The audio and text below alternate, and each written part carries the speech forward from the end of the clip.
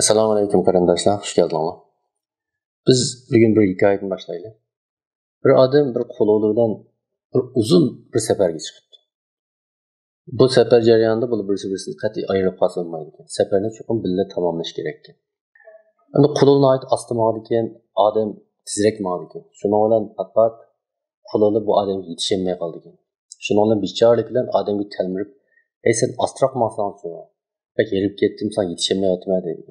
Odam uning ko'ziga qarab ma'qulda birdan ostimadi ekan, ammo yana birdan lekin bu unutib qoldi ekan, yana tizmashga boshlaydi ekan. Shuna patpatay damalayli, bak yerib ketdim dedi. Bu odam mening ishim aldirash, tezroq ma'sa qilibdi, mening jiq ishim bor deb bu aldiraydi ekan. Shuna mushi tarafida bu safar davomlashibdi. Asta-asta bu odamning ko'ziga bu qo'lini sel ko'rinishga boshladi. Chunki bu bunga taqishdi ekan, bunga kashlik qildi ekan. Bu odamni shunda o'ylashga boshladi. Amaliyotda hikoya o'sha. Asta-asta bu safar uzoqan sari bu safar bizga nisbatan azobli bir safarga aylandi. Bu bichora qo'llar bu odamning ko'ziga sig'maslikqa, sat ko'rinib qolishga boshladi. Shuning bilan sal to'xtayli desinmi? Bu odam uni dush kelaydigan, qattiq gap qiladigan, azob beradigan bo'ldi. Amaliyotda bu safar hammamiz his qildik. Dal ota-onalar bilan bolalarning birga chiqqan hayotlik safaridan iborat. Bu yerda bu safarni nihoyat rahatsiz qilgan, beram qilgan sabab sizlarcha nima? Meningcha, bu ikkalarining ritmi aslida birdek emas. Ya'ni teng emas. Odam, u tezroq mangadi. Hatto uning ishlari bor, u aldirash. Ammo qo'llar har qancha tez mangay desimi tez mangmaydi. Chunki u qo'llar. Unda da bu safarni biroz xushal-xuramroq safarga aylantirish uchun, her ikkalanga azor yetmaydigan safarga aylantirish uchun qanday qilish kerak? Cho'qim bu yerda bir ritmni tepish kerak. Ya'ni ikkalan bir ritmni tepib olish kerak. Menimcha qo'llar har qancha tez mangay desa bu mangmaydi. Buni hammamiz bilamiz. Ammo odam asta mangay desa mangmaydi. Unda da bu ritmni tepishning usuli qo'llarni tez mang deb uni qistash emas, balki odam o'zining ritmini, sur'atini astilishi kerak. Shunda bo'lgan vaqtda andan keyin har ikkalan o'rtoqlasha oladigan bir sur'at, bir ritmga erisha oladi. Shu vaqtda andan keyin bu safar bir xushal safarga aylanadi. Her ikki taraf bundan unchalar bearam rahatsiz bo'lib ketmaydi. Endi bu yerdagi biz cho'qim tushunishga tegishli bir ochqo'shlik kalima bor. U bo'lsa-mu bolalardagi ritm. Amaliyotda men bu yerda bolalardagi ritm degan vaqtda bolalarning o'sib yetilish qonuniyatini ko'zda tutmoqchi. Ya'ni bu tabiat dunyosidagi barliq shaylarning o'zgarishida muqim bekitilgan bir qonuniyat bo'lganiga o'xshash, bolalarning kichiklikdan cho'ng bo'lg'uchi bo'lgan jarayondagi o'sib yetilishidami bekitilgan bir qator qonuniyatlar bor. Bu qonuniyatlarni bolalar o'zi paydo qila olmaydi, ota-onalar ham paydo qila olmaydi. U aslida mavjud, u shunday yaratilgan. Mana shuning o'zi, shu ritmning o'zi ota-onadan bu safarda, ya'ni ota-ona bilan bolaning bu safarida ota-onaning ritmini emas, balki bolaning ritmini asos qilishni talab qiladi.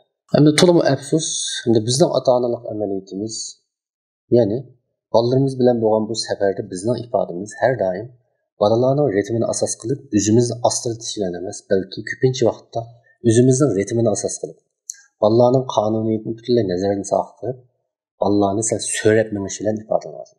Ya'ni biz bolalarni o'zimizning irodamizga, o'zimizning ritmimizga, o'zimizning sur'atiga qistavotimiz, shunga majburlayotimiz. Shuning bilan bizning bu safarimiz, ya'ni ota-ona bilan bolaning orasidagi bu hayot, bolanimi bizni munoyati bearam qildi. Her iki tarafning munosabatini asta-asta yiriklashtirib qo'yadigan bir narsaga aylanadi. Endi bu yerda ota-onalarning bu ritmga kelmasligini yoki bu ritmni asos qilmasligining sababi nima? Mening qarashimcha nihoyat oddiy. İki sebep var. Birisi, ota-onalar bolalarni yetarli tushunmaydi. Ikkinchisi, tushundi degan taqdirda bu tushungani bo'yicha muomala qilmaydi. Bu xuddi, masalan, biz o'zimizga tamakining ziyonli ekanligini tushunamiz. Ammo tushunsakmi chekiveramiz. Yoki nurg'unchilar chekiverdi. Xuddi shunga o'xshash, bizning ma'lum bir narsani tushunganligimizning o'zi cho'qim shu qonuniyat bo'yicha ish qilganligimizni darak etmaydi. Ammo hech bo'lmasa birinchi qadamda tushunish lozim.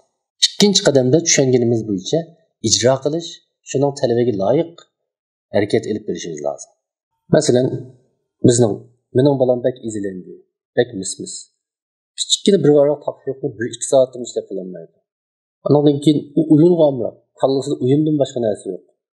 topshiriq ishlayotgan vaqtda diqqatni faqat yig'olmaydi deb ularni ayblayotgan vaqtimizda amaliyotda biz bilib bilmay bolalarning o'sib bitilish qonuniyatini butunlay nazardan soqit qilayotgan bo'lamiz.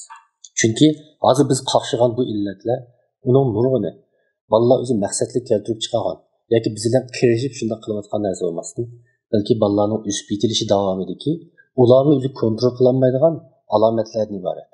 Masalan, bu xil bolalarni tushunmaslikning yana bir ifodasi bolalarimizga ularning yeshiga, ularning qurbiga mos kelmagan darajadagi yuqori talablarni qo'yib olishimiz.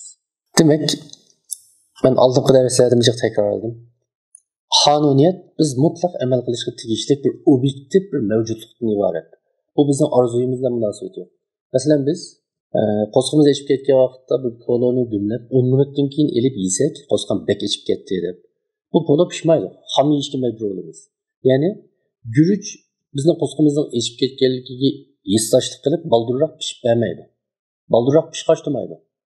Xuddi shunga o'xshash bolalarning o'sib yetilishimi bizning oldirab ketganimiz bilan munosabat yo'q. Shunlashqa bu yerda birdan-bir qiladiganimiz va ota-onalarning oldiga birdan-bir tanlash, o'zining sur'atini ostiratish, bolalarning ritmini asos qilish. Agar ota-onalar o'zining ritmini asos qilib olsa, o vaqtda bu safar her iki tarafga azar verdigan. Oxirgi hisobda bolalarni yaxshi tarbiyalayman deb aksicha bolalarni nobud qiladigan bir yomon oqibat kelib qoldi. Shunlashqa biz bu tarbiya davomida yoki bu ota-onalik safari davomida bolalarning ritmini unutib qolsak, nazardan soqit qilsak, o vaqtda biz bolalarni yetaklayman deb ularni so'rashdek ig'ir bir xatolik sodir qilamiz. Demak, bu bir jumla yig'inchoqlash mumkin. Qonuniyatni ko'zga ilmaganlar chuqur shu qonuniyat tarafidan mag'lub qilinadi. Bu farzand tarbiyasiga o'xshash deb o'ylayman. Biz bugungi darsimizda tuvandagi 3 nuqta yig'inchoqlash mumkin. Birisi, bu ota-onalik amaliyotida yoki bu ota-onalik safarida ota-onaning emas, balki bolaning ritmini asos qilamiz. Ikkinchisi, bu bolaning ritmini asos qilish uchun chuqur bolalarni tushunishimiz kerak. Uchinchisi, bolalarimizga dal tushunganimiz asosida muomala qilishni o'rganishimiz kerak. Hammalarga rahmat.